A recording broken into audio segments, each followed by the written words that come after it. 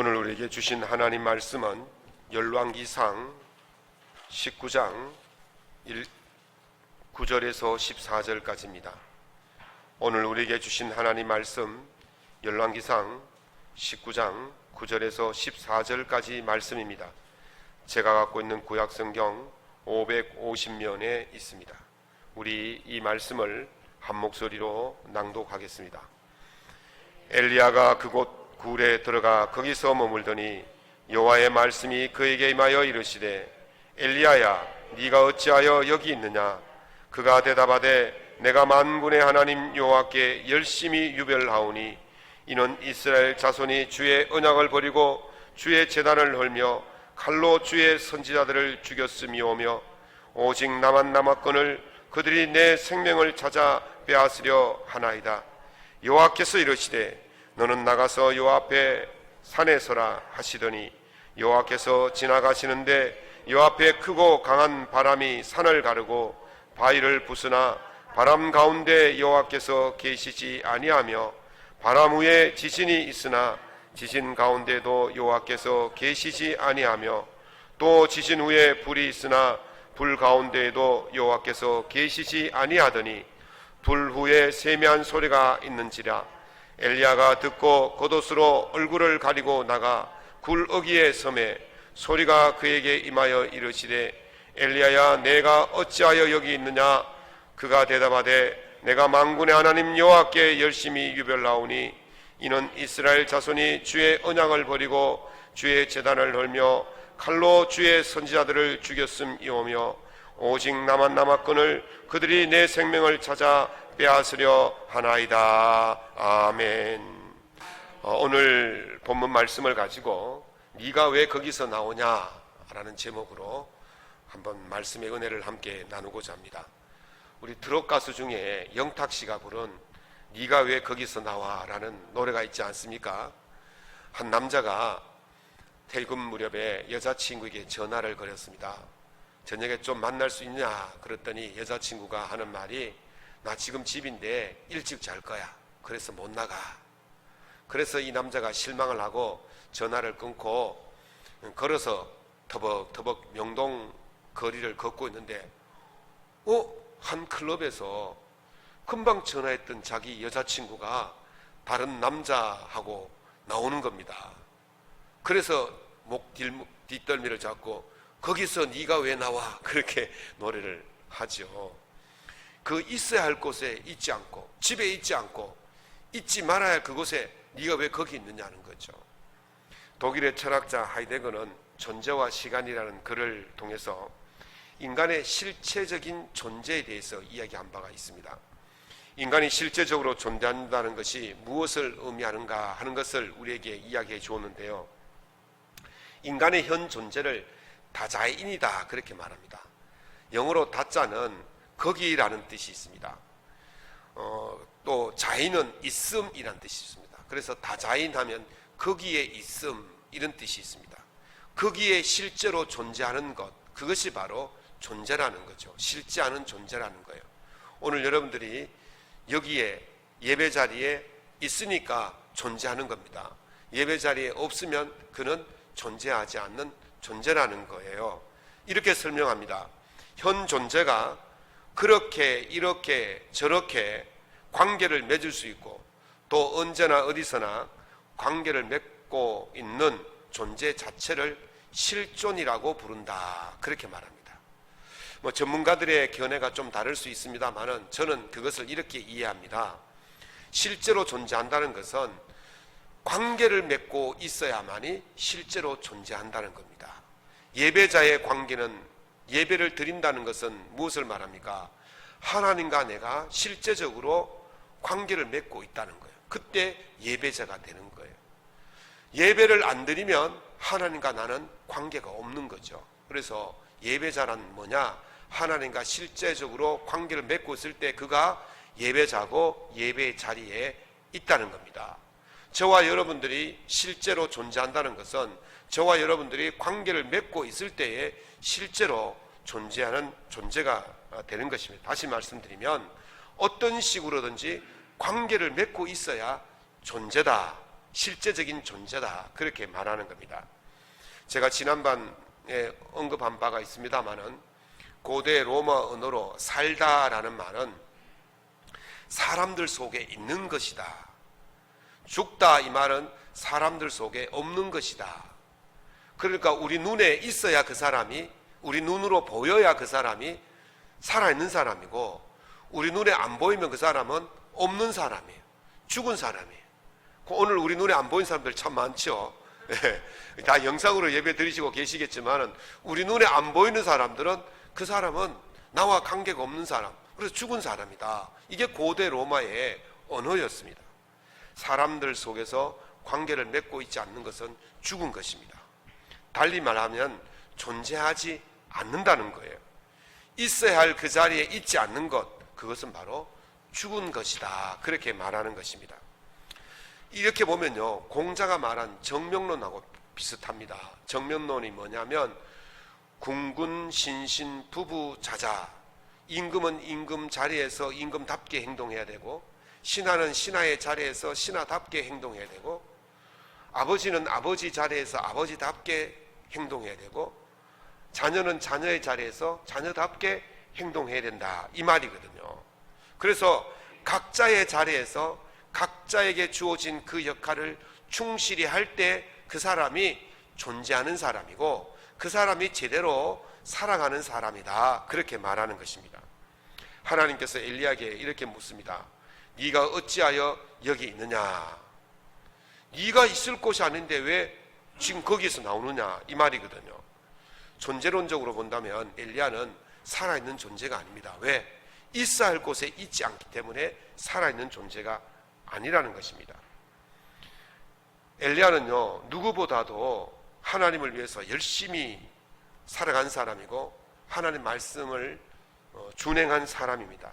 그런데 엘리야가 왜 이렇게 호렙산, 그것도 동굴 속에 그렇게 숨어 있느냐 말이죠. 이게 오늘 우리의 모습일 수도 있습니다. 열심히 주의 말씀을 따라서 신앙한다고 그렇게 살아왔는데 어느 날 갑자기 모든 것이 무너지는 것처럼 숨고 회피하고 도망가고 싶은 그런 마음이 들 때가 있다는 거죠. 삶에서 나타나는 이런 현상을 우리가 어떻게 극복할 수 있겠습니까? 먼저요, 열심과 욕심을 구별할 줄 알아야 됩니다. 사도행전 8장에 보면 예루살렘에 핍박이 일어났습니다. 박해가 일어났습니다.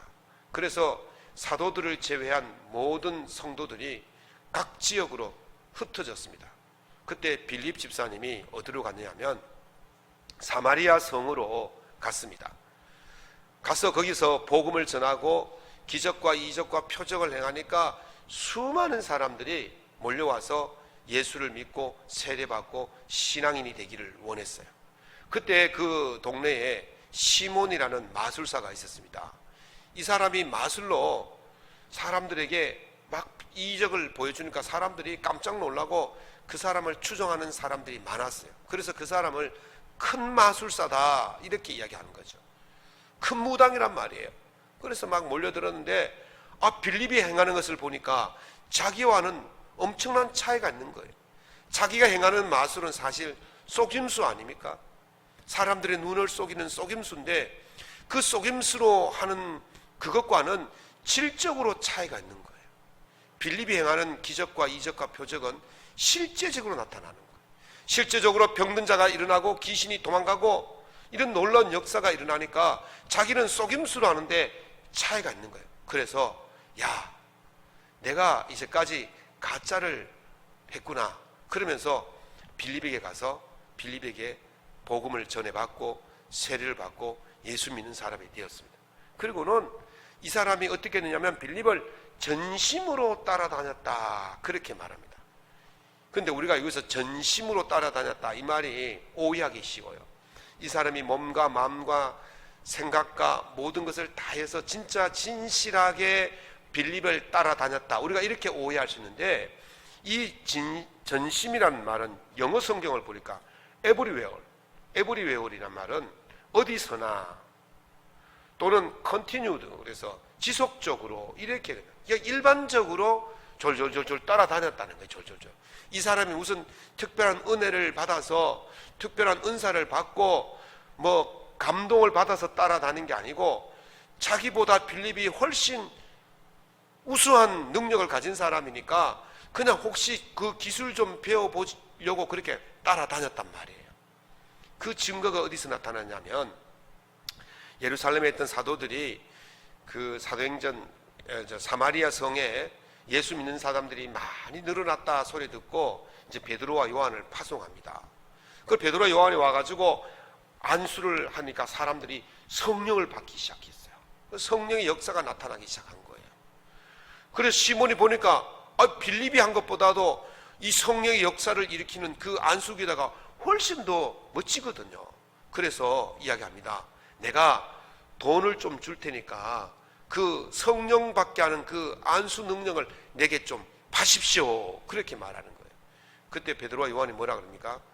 네 금과 함께 망할지어다. 네가 하나님의 선물을 돈으로 살 줄 알았느냐? 네 금과 함께 망할지어다. 그렇게 이야기하는 거예요. 그렇다면 지금 이 시몬이 빌립을 졸졸 따라다녔던 그 이유가 무엇입니까? 이게 그냥 허풍쟁이였다네요. 좀 뭐 남들에게 폼 좋게 자기가 이제까지 했던 그것보다도 좀 더 강력한 거, 더 센 거, 그 폼나게 좀 해보고 싶어서 그렇게 따라갔다는 거예요. 역시 열심히 하는데요. 그 열심히 욕심으로 하게 되어지면 변질된다는 거예요. 우리가 신앙생활도 마찬가지입니다. 우리가 믿음생활도 마찬가지예요. 열심히 하지 않습니까? 열심히 기도하고 열심히 예배드리고 열심히 섬김을 다하지 않습니까? 그런데 그것이 욕심으로 그렇게 하면 하나님 앞에서 얻을 것이 아무것도 없다는 것이죠. 열심히 했는데 희비가 엇갈리는 이유가 무엇입니까? 열심히 했는데 결과에 대해서 연연하고 결과에 대해서 울고 웃는 이유가 무엇입니까? 거기는요, 나의 욕심이 들어갔기 때문에 그렇습니다. 피터 허시 인터내셔널이라는 회사의 회장인 피터 허시가 성공을 디자인하라라는 책을 하나 썼어요. 그 책을 보니까 이 사람이 이런 이야기를 합니다. 돈을 많이 모아서 성공한 사람들이 모여 사는 하와이의 카우아이라는 섬에다가 저택을 하나 마련을 했답니다. 그리고 부인과 함께 그 저택 발코니에 앉아서 바다를 쫙 보고 있으니까 얼마나 멋지겠습니까? 저 푸른 초원이가 아니고 저 푸른 바다 옆에 정말 그림 같은 별장을 지어놓고 발코니에 앉아가지고 차를 마시면서 경치를 구경하니까 너무 좋더라고요. 제가 제주도를 왜 갔느냐며 제주도 가서 가기 전에 이런 그림을 그렸어요. 저 푸른 바다 옆에 그림 같은 교회에다가 앞에 잔디가 쫙 깔린 그런 멋진 교회를 상상하고 갔거든요. 그런데 뭐 그런 건 없고 정말 뭐 상가 건물에 말이죠. 그런 교회더라고요.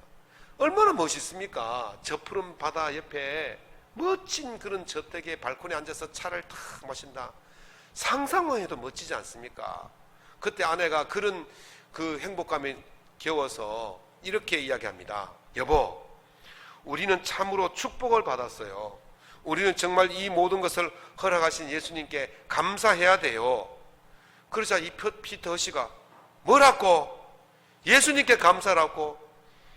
지금 당신은 예수님께 감사할 것이 아니고 나에게 감사를 해야 돼. 내가 죽자사자 일을 해가지고 내가 죽자사자 돈을 벌어가지고 이렇게 했으니까 나에게 감사해. 그러니까 부인이요, 그래요 그러면서 5발자국 뒤로 물러서더랍니다. 왜 그럴까요? 하나님의 벼락이 떨어질까봐. 그래서 그래요 그래서 5발자국 뒤로 물러서고 나서는 그래요 그랬다는 거죠. 근데 정말 벼락이 떨어졌어요. 얼마 있지 않아가지고 이분이 투자자들의 권유에 의해서 한 회사를 딱 4개월만 대표로 맡았던 회사가 있어요. 그리고 4개월 뒤에는 사임을 하고 나왔는데 6개월 지난 뒤, 사임한 지 6개월 지난 뒤에 연방무역협회에서 이 사람과 그 전에 있던 임원진들에게 소송을 걸어왔어요. 얼마를 걸어왔느냐면 8억 5천만 달러. 맞나요? 8억 5천만, 8,500만 달러. 8,500만 달러를 소송을 걸어왔어요. 그래서 8,500만 달러가 얼마나 될까 제가 계산기를 두드려 봤더니만 얼마냐면 935억 원을 935억 원의 소송을 제기한 거예요. 그래서 이 사람이 그 소송 비용을 충당하느라고 그 푸른 바다 옆에 그 멋진 집을 팔고 자기 가지고 있던 모든 재산을 다 동원해서 소송 비용을 감당하는데, 그래서 달라스에 있는 방 2칸짜리 아파트로 이사를 하고 소송도 잘 안 되고 그게 오래 끄니까 우울증도 오고 막 절망과 좌절감 속에 그렇게 빠졌더라는 것이죠. 내가 열심히 했으니까 내가 좋은 결과를 얻어야 돼 라는 그런 생각을 하게 되어지면 그 결과에 따라서 사람이 안 될 때는 절망하고 좌절하게 된다는 것입니다. 엘리야야, 네가 왜 거기 서 있느냐 라는 하나님의 질문에 엘리야가 이렇게 말합니다. 내가 만군의 여호와께 열심히 유별하였습니다. 내가, 여기 주체는 내가요. 내가 열심히 했습니다. 내가 열심히 하는데 보통 열심이 아니고 유별나게 열심히 했습니다. 그런데 그 결과가 무엇입니까? 내가 바라는 대로 이루어지지 않았다는 거예요. 그 결과대로 이루어지지 않아서 지금 엘리야는 실망하고 숨어버린 것입니다. 사랑하는 성도 여러분, 내 뜻이 이루어지기를 원한다면 그것은 욕심입니다. 하나님의 뜻이 이루어지기를 원하면서 일을 하는 것은 열심입니다. 내 뜻으로 하는 일은요, 욕심이기 때문에 그 결과는 하나님 앞에서 아무런 관계가 없는 거예요. 그냥 내 욕심이에요. 내 신나서 하는 거예요. 그러나 주님이 주신 열심으로 하면 주님께서 은혜와 상급을 다하여 주실 줄로 믿습니다. 내 욕심으로 내가 하지 말고 하나님이 주신 열심으로 하나님의 뜻을 따라서 일을 행하면 그 결과에 상관없이 내 속에 기쁨이 충만하게 되는 것입니다. 열심인지 욕심인지를 잘 구별할 수 있기를 바랍니다. 그래서 내 욕심으로 하지 말고 하나님의 주신 열심으로 여러분에게 주신 그 일들을 잘 감당하셔서 삶에서 기쁨이 충만하시기를 예수님 이름으로 축원합니다. 그 다음에 우리가요, 조급함을 버려야 됩니다. 한 시대의 사회 전체가 공유하는 이론이나 방법, 이런 것들을 패러다임이다 그렇게 말합니다. 쉽게 말하면 보편적으로 누구나 당연하게 받아들이는 것, 보편적으로 누구나 그것을 진리라고 생각하는 것, 이게 패러다임입니다. 1962년에 미국의 철학자 토마스 쿤이 과학적 혁명 구조라는 책에서 이 패러다임이란 말을 처음 사용했어요. 그는 이렇게 말합니다. 한 시대의 사회가 가지고 있는 보편적 진리라고 여기던 것을 바꾸는 것을 패러다임의 전환이다 그렇게 말합니다. 보편적 진리라는 것이 패러다임이고 그 보편적 진리라는 것을 바꾸는 것을 패러다임 전환이다 그렇게 말을 합니다. 패러다임 전환은요, 연속성이 아니에요. 완전히 단절하는 겁니다. 완전히 새로운 것이 들어서는 겁니다. 이것은요, 뭘 쉽게 말하면 연장이 아니고 비약입니다. 이거는 진화가 아니고 혁명입니다. 완전히 뒤집어지는 거예요. 물리학자 막스 플랑크라는 사람이 이런 말을 했어요. 새로운 과학적 진리는 그 반대자를 설득하고 그들에게 새로운 빛을 보여줌으로써 이기는 것이 아니라 오히려 반대자가 멸종하고 새로운 세대가 성장하여 그들에게 당연하게 여겨질 때 비로소 승리한다 그렇게 말했어요. 무엇을 말합니까? 이미 자기가 알고 있는 것들이 진리라고 여기며 살던 사람들에게는 자기가 진리라고 알고 있었던 것을 버리기가 쉽지 않다는 거예요.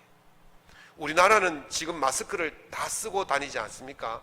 마스크가 코로나 예방하는 데는 특효약이다, 백신이다 이렇게 믿고 대한민국인은 거의 마스크를 쓰고 다닙니다. 마스크 쓰지 않으면 오히려 그 사람을 이상한 사람으로 생각합니다. 대한민국의 마스크는 보편적 진리입니다. 그런데 유럽이나 미주 사회는 그렇지 않습니다. 제가 이제 비염이 있어서 찬바람을 싫어합니다. 그래서 한여름이 아니고 아주 덥지 않으면 제가 사무실에 있을 때도 에어컨을 잘 안 틉니다. 그리고 차를 운행할 때도 에어컨을 거의 잘 안 틉니다. 그리고 찬바람 불기 시작하면 반드시 마스크를 쓰고 다닙니다. 그랬더니 제 친구가 유럽이나 미주 사회에서는 마스크를 쓰면 나 환자입니다 라고 알려주는 거와 똑같다는 거예요. 그래서 마스크 쓰고 다니면 사람들이 도리어 피한다는 거예요. 그렇기 때문에 유럽이나 미주 사회가 마스크를 쓰는 것을 그렇게 싫어하는 이유가 두 가지가 있는데, 하나는 바로 그런 이유고, 또 다른 하나는 자율성이라는 거죠. 그들은 자유를 굉장히 존중하기 때문에 마스크를 쓰는 것을 강제하면 싫어한다는 거예요. 그래서 안 쓴다는 거죠. 어찌됐든 그 사회의 보편성은 뭐냐면, 우리 사회는 마스크를 쓰는 것이 보편성이고 그 사회는 마스크를 안 쓰는 것이 보편성이에요. 그런데 그것이 마스크를 써야 된다고 강제하고 그러니까 싫어했던 거죠. 뭐 WHO도 마찬가지입니다. 마스크가 별 효과가 없었다 그렇게 말했잖아요. 그런데 4월 달부터 WHO가 마스크가 방역에 제일 좋은 것이다 그렇게 발표를 했어요. 지금 몇만 명이 죽었냐면 90만 명이 죽었습니다. 90만 명이 사망자가 났는데 우리나라에서는 그렇게 사망자가 적은 이유가 뭐냐? 바로 이 마스크의 효과였다. 그게 WHO의 인정을 하는 그런 이야기였습니다. 다시 말하면 사람들이 이 전염병이 창궐해서 그렇게 죽어나가도 바꾸지를 못한다는 거예요. 마스크를 쓰면 안 돼라는 생각을 딱 가지고 있는 사람들은 죽어나가도 마스크를 안 쓰는 거예요. 이게 사람들의 생각이에요. 얼마나 자기의 고정관념, 자기가 가지고 있던 편견을 바꾸기가 힘든가를 보여주고 있는 것입니다. 신앙의 세계도 이와 마찬가지입니다. 애굽의 바로왕이 이스라엘 백성들을 보내기 싫어했지 않습니까? 그래서 재앙을 한 가지, 두 가지, 세 가지, 네 가지, 다섯 가지, 여섯 가지, 아홉 가지 줘도 안 보냈어요. 마지막 재앙이 뭐였습니까? 장자의 죽음이에요. 자기 아들이 죽으니까 겨우 보냈어요. 보내놓고 또 그게 또 싫어가지고 또 잡으러 또 가지 않습니까? 아무리 사람이 재앙이 오고 전염병이 창궐해도요, 자기가 가진 그 고정관념을 바꾸는 것이 쉽지가 않다는 것입니다. 이스라엘 백성들이 애굽에서 탈출해서 광야 40년 동안 사는 동안 하나님께서 구름 기둥과 불 기둥으로 지키시고 홍해를 가르시고 만나와 메추라기를 먹이시고 반석에서 샘물이 나게 하시고 옷을 헤어지지 않게 하시고 신발이 닳지 않도록 그들을 40년 동안 먹이시고 입히시고 돌봐주셨는데 그들이요 시간만 나면 반역했어요. 하나님께서 그렇게 돌보시는데도 이 마음속에 들어있는 그 악함이 변하지 않으니까 끊임없이 하나님께 반역하는데 최소한 10번을 하나님께 반역했다 그렇게 기록하고 있습니다. 그래서 애굽에 출발할 때 장정이었던 사람은 가나안 들어갈 때 다 죽었어요. 무슨 말입니까? 40년 동안 뺑뺑이를 돌리고 암만 해도 안 바뀐다는 거예요. 죽어야 바뀐다는 것입니다. 예수님께서 이 땅에서 좀 많은 기적과 이적을 베푸셨습니까? 그러나 결정적인 순간에 사람들이 어떻게 했습니까? 예수님을 십자가에 못 박아 죽이라고 소리쳤어요. 금방 떡도 먹고 금방 물도 얻어먹고 금방 병도 치료받고 금방 온갖 기적과 이적과 혜택을 다 본 사람들이 자기 속에 가지고 있던 그 율법의 그 완악함이 변하지 않으니까 결국 예수님을 죽이라고 소리친 거예요. 예수님과 말씀을 나눴던 그 유대 지도자들이 예수님의 그 진리의 말씀을 듣고도 나가서 어떻게 했느냐면 예수를 어떻게 죽일까 모의했다고 그랬어요. 안 변하는 거예요. 눈앞에 실제적으로 다 그것이 나타나도 안 믿는 것이 사람의 모습입니다. 그 사람들은요, 이 말씀이 진리인가 아닌가가 중요한 게 아니에요. 내 생각과 맞느냐 안 맞느냐가 중요한 거예요. 이 말씀이 진리인 줄로 믿습니다. 하나님의 말씀은 진리예요. 그런데 우리가 이것을 받아들일 때 어떻게 합니까? 이 말씀이 진리인가 아닌가 그게 중요한 것이 아니고 이 말씀이 내 가슴에 와닿는가 안 닿는가, 이 말씀이 내게 족한가 안 족한가 그것을 더 본다는 것입니다. 그래서 아무리 진리를 들어도 이미 가슴 속에 들어있는 편견은 바꾸지 않는 것입니다. 한번 마음먹은 것을 쉽게 바꾸지 못하는 것입니다. 아합이 북왕국의 이스라엘 왕이 된 시기는 여로보암이 북이스라엘을 세운 지 60년이 지난 뒤였습니다. 그러니까 북이스라엘 여로보암이 왕국을 세우고 무엇을 했습니까? 단과 베델에 우상 제단을 세웠어요. 그래서 모든 북이스라엘 백성들이 거기 가서 예배를 드리도록, 다시 말하면 거기 가서 우상을 섬기도록 그렇게 했어요. 그런 60년의 세월을 그렇게 보냈단 말이죠. 여러분, 우리가 한 세대를 몇 년 잡습니까? 30년 잡습니다. 60년은 두 세대입니다. 그 60년이 지났으니까 할아버지, 아버지, 아들 때에 또 그 일을 지금 진행하고 있다는 거예요. 60년 동안 그 일을 했으니까 그게 몸에 배어 있는 거예요. 할아버지가 할 때하고 아버지가 할 때는 그래도 조금은 생각이 있어요. 반반이에요. 야, 이래다가 하나님께 혼나지 않을까? 뭐 이런 생각은 가지고 있어요. 그런데 아들 때, 손주 때 오면요, 그걸 완전히 잊어버려요. 하나님을 잊어버리는 거예요. 그런 시기에 엘리야가 돌아오라고 그러니까 못 알아듣는 거예요. 못 알아.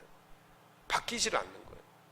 엘리야가요, 몇 번의 기적을 일으켰지 않습니까? 기도하니까 비가 안 오고, 기도하니까 비가 오고, 갈멜산에서 불도 내리고 850명의 우상 선지자들을 제거하고, 또 마차를 타고 가는 아합보다도 더 빨리 뜀박질하고, 그런 기적을 4번이나 보여줬어요. 순간적으로.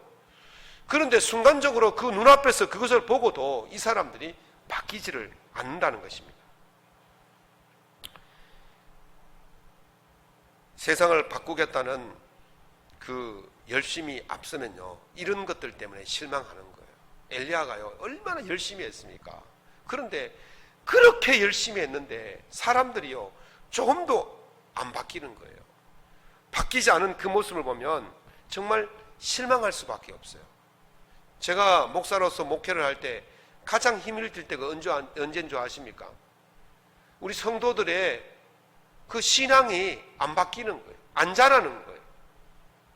평생 예수를 믿고 평생 교회를 다니고 설교를 들었는데 그게 안 바뀌면 얼마나 제가 마음이 힘들겠습니까? 사랑하는 성도 여러분, 여러분의 삶의 주변의 자리를 돌아보십시오. 누가 바꾸고 있습니까? 좀 바뀐 사람 있습니까? 어떻습니까? 예? 장로님, 권사님 집에서 장로님 좀 바뀌었습니까? 권사님 좀 바뀝니까? 예? 집사님 어떻습니까? 제 집사람에게 물어볼까요? 결혼할 때와 결혼 지금 20년 가까이 살고 있는데 좀 바뀌었습니까? 고개를 절레절레 흔드네. 쉽지 않아요. 그래서 우리가 사람이 바뀌는 것이 쉽지 않다는 거예요. 근데 문제는 뭐냐면 나도 안 바뀐다는 거예요. 나도 안 바뀌는데 남이 바뀌기를 원하겠습니까? 그러니까 남 안 바뀐다고 실망하지 말고 내부터 바꾸면 되는 거예요. 예수님께서 2000년을 우리를 기다려 주신 줄로 믿습니다. 2000년의 인류가 바뀌기를 기대했지만 그 별로 안 바뀌었어요. 별로 안 바뀐다고요. 그래서 오늘 안 바뀐다고 너무 조급해하지 마십시오.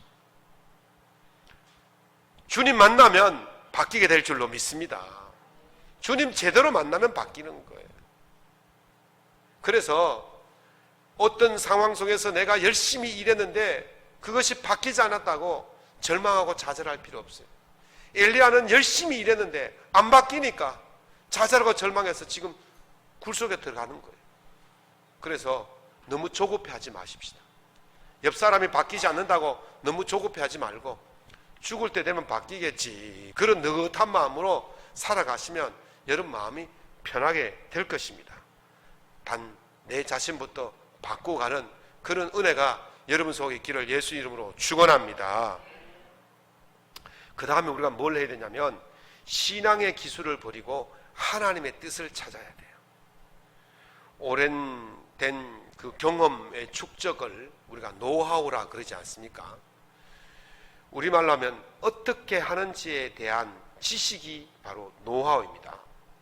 남들이 알지 못하는 그 기술을 어떻게 하는지 알고 있으니까 남들보다 더 앞서갈 수 있고 더 빨리 성공할 수가 있는 것입니다.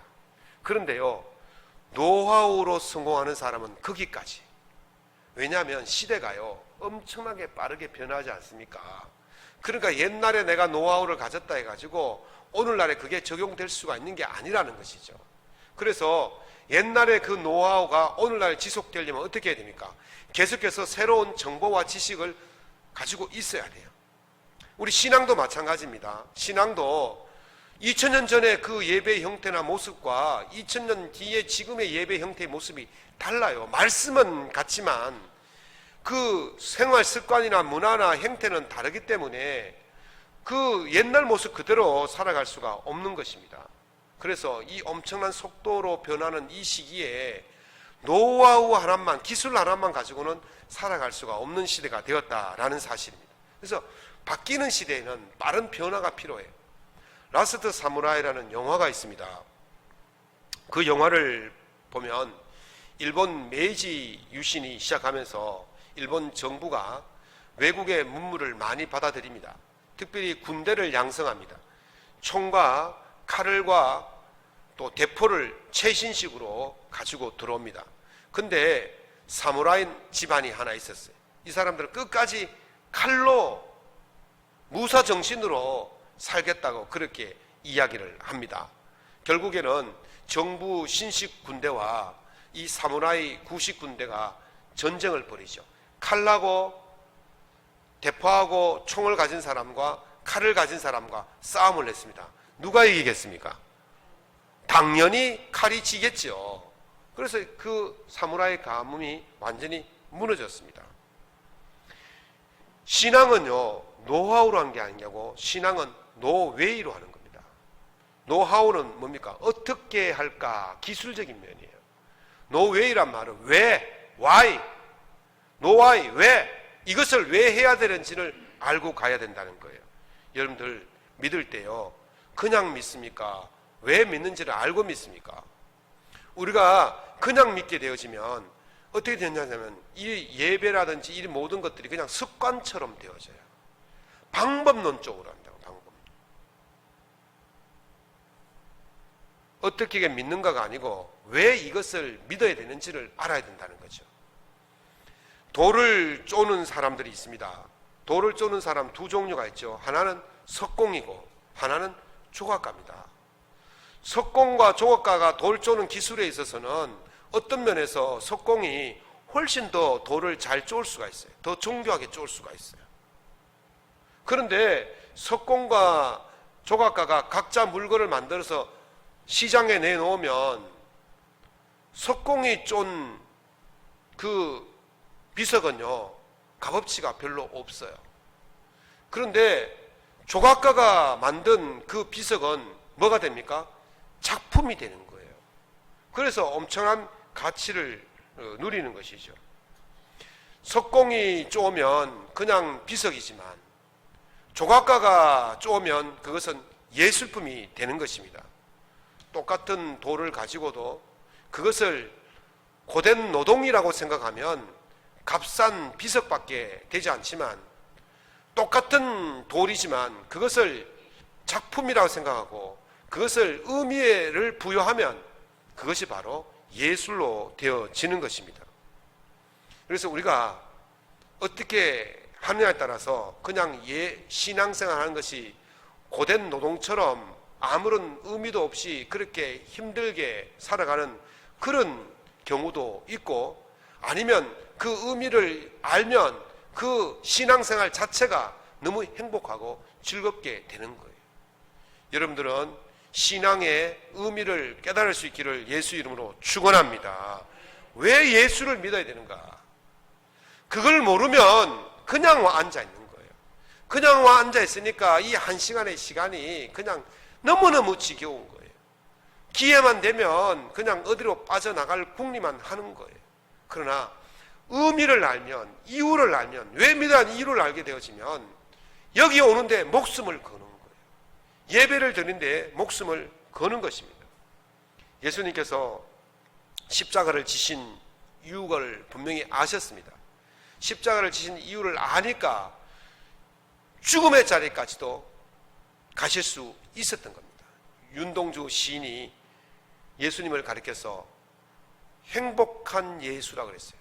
십자가를 진 행복한 예수다 그랬어요. 예수님은 그 십자가의 고통 속에서 행복해했다는 거죠. 왜? 이유를 알았기 때문에. 십자가를 지는 이유를 알았기 때문에 행복한 것입니다. 엘리야가 지금 왜 숨어서 괴로워하고 절망하고 좌절합니까? 자기가 열심히 한 그 사역의 이유를 몰랐기 때문에 그렇습니다. 열심히 뛰었는데 그것을 왜 해야 되는지 의미를 모르니까 그 한 것이 힘들고 어렵고 고달픈 것입니다. 그래서 좌절하고 절망하고 숨어버린 것입니다. 니체는요, 인생에 사는 이유를 아는 자는 인생의 어떤 고통도 달게 받을 수 있다, 그렇게 했어요. 이유를 아는 사람은요, 고통이 아닌 거예요. 이유를 아는 사람은 고난이 아닌 것입니다. 근본적으로 이유를 아는 사람은 그 이유 때문에 도리어 행복해하고 기뻐하는 것입니다. 어떻게 근본적인 이유를 알 수 있습니까? 하나님을 만날 때에 그 이유를 알게 될 줄로 믿습니다.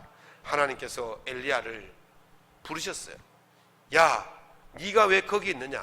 엘리야야, 네가 왜 거기 있느냐? 이렇게 말했을 때 엘리야가 말했지 않습니까? 내가 열심히 특심이었습니다. 그럼에도 불구하고 바뀌어진 것이 아무도 없습니다. 내가 한 일에 대해서 어떤 결과가 없습니다. 괴롭습니다. 그때 주님께서 보여주십니다. 하나님께서 하나님의 실존을 보여주시죠. 큰 바람이 있고 지진이 있고 또 불이 있는데 그 가운데 계시지 않고 세미한 음성 속에 계신다, 그렇게 기록이 되어 있습니다. 이 세미한 음성을요, 콜 데마마 데카, 콜 데마마 데카, 콜이란 말은 소리란 소리고 데마마는 침묵, 고요함, 그리고 데카는 세미한, 하나님이여 불 가운데 바람 가운데 지진 가운데 계시는 것이 아니고 세미한 침묵 가운데 계시는 것을 보여주는 거예요. 엘리야가 열심히 혼자서 이리 뛰고 저리 뛰고 분주하게 복잡하게 그릇 뛴 곳에 하나님이 계시지 않는다는 것이죠. 침묵 속에 하나님이 찾아오시는 거예요. 하나님을 만나려면 자기의 모든 것들을, 분주했던 복잡했던 모든 것들을 내려놔야 하나님을 만날 수가 있는 것입니다. 어느 수도사가 이렇게 고백했습니다. 내가 인생을 다시 산다면 나는 긴장을 풀고 지금까지 살아온 것보다 더 어리석게 살 것이며 회전 목마를 더 많이 탈 것이다, 그렇게 좀 여유로움을 가진다는 거죠. 너무 바쁘게 일상 속에 묻혀서 이유도 모르고 그냥 허덕이 살아가는 그런 인생은 행복감이 없는 거예요. 달라스 윌라드 영성신학자는 이렇게 말합니다. 한적함, 오직 한적함만이 하나님과 친밀한 교제를 가능케 해준다. 한적함이 없다는 것은 비극이다, 그렇게 말했어요. 여러분의 삶에 여유를 가질 수 있기를 바랍니다. 한적함을 가질 수 있기 바랍니다. 이 시간이 뭐 하는 시간이에요? 하나님을 만나는 시간이에요. 분주하고 복잡하고 그런 속에서 짬을 내어서 틈을 내어서 하나님을 만나는 그 침묵 속으로 들어가시면 하나님께서 여러분을 찾아오셔서 위로하시고 힘을 주시고 은혜를 베푸셔서 다시 일어서서 다시 여러분에게 주어진 그 사명을 감당할 수 있는 그 능력을 주실 줄로 믿습니다. 엘리야는 이 호렙산에서 하나님을 만남으로 말미암아 그가 그의 갈 길을 다시 가기 시작했습니다. 이런 은혜가 여러분 가운데 넘치시기를 예수님의 이름으로 축원합니다.